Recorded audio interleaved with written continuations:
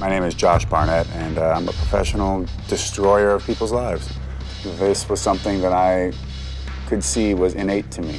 Doing this is as natural as eating or breathing or anything like that. It's not an illusion to me that this is what I was born to do. I was born to be in combat.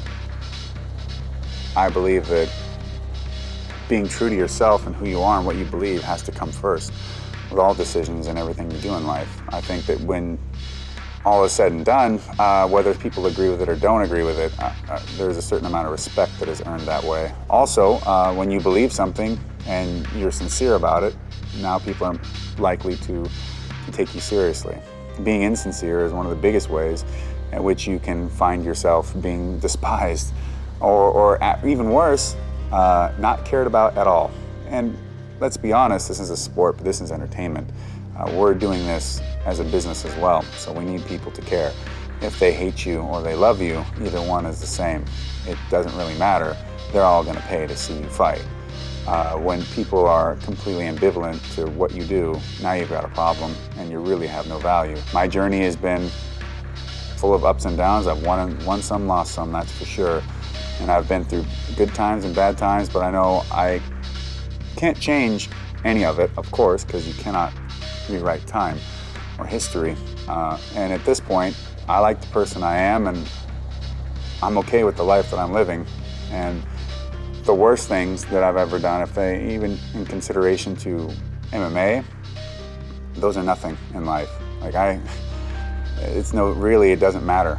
They're so small potatoes in what people do and what's available to one's life and the choices that can be made.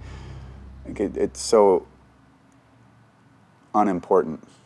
Like, countries were not founded on it. Revolutions did not start over it. You know, people were not saved by it. It doesn't matter. It's just a sport. Some of it that has occurred and some of the things that I've brought to people in the ring has made a big impact in their life. And I am pretty proud of that. I never did it for them, and I'm not going to do it for them. I don't fight because I want to make others happy or because I want to entertain them necessarily or bring something to them. The part of me that I don't really like is the part of me that ever want or need for external gratification. I don't like the part of me that wants to be rewarded from somebody else for something I've done, or the part of me that ever fears at all. Any of that kind of weakness, I abhor it. That's a surefire way to do something for the wrong reasons and to fail at it. You have to do something for your reasons, the reasons within yourself. When you do it that way, then it doesn't matter the outcome, you're okay with it. And I've always learned that that way more than likely ensures that you're going to do the best that you can possibly do and that the best outcome is going to come to you. That being said, I know that part of that within me is going to bring that talent to the ring, is going to bring entertainment to the fans, is going to show something that others will not, that will take consideration, to a degree. Like, when I get in there to fight, I'm going to bring it. You have a job to entertain. And I'm not going to be false about it. I'm going to be me. That's because it's the only thing I can really be anyways.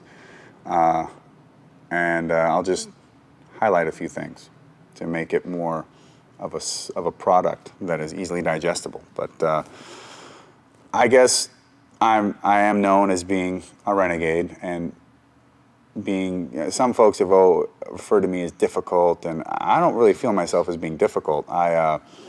If you're straight with me, I'm straight with you. If I agree to do something, I do it. And I just expect the same in return, and that's not always the case. That's always been difficult in life. And plus, I often, when it comes to business, I don't take things personally. It's not a big deal to me. Either we can do it or we can't. And if we can't, that's fine. And but some folks really get bent out of shape about not getting what they want.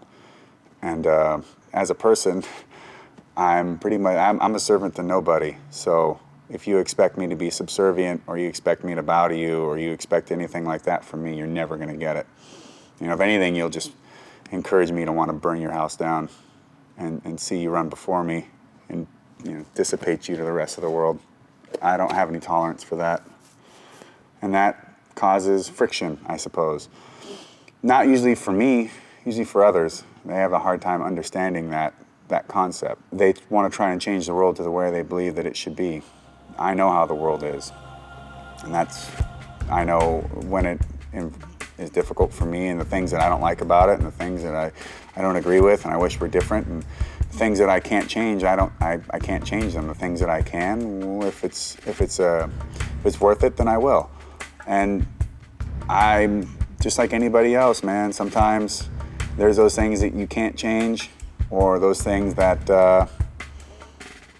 you're not going your way, and I smash it. And it's not necessarily, people look at it and you're like, well, that's really fucked up of you to do that. Why would you do that? And part of it is, well, I can. So I didn't say it was right and I didn't say it was wrong. I'll take responsibility for it.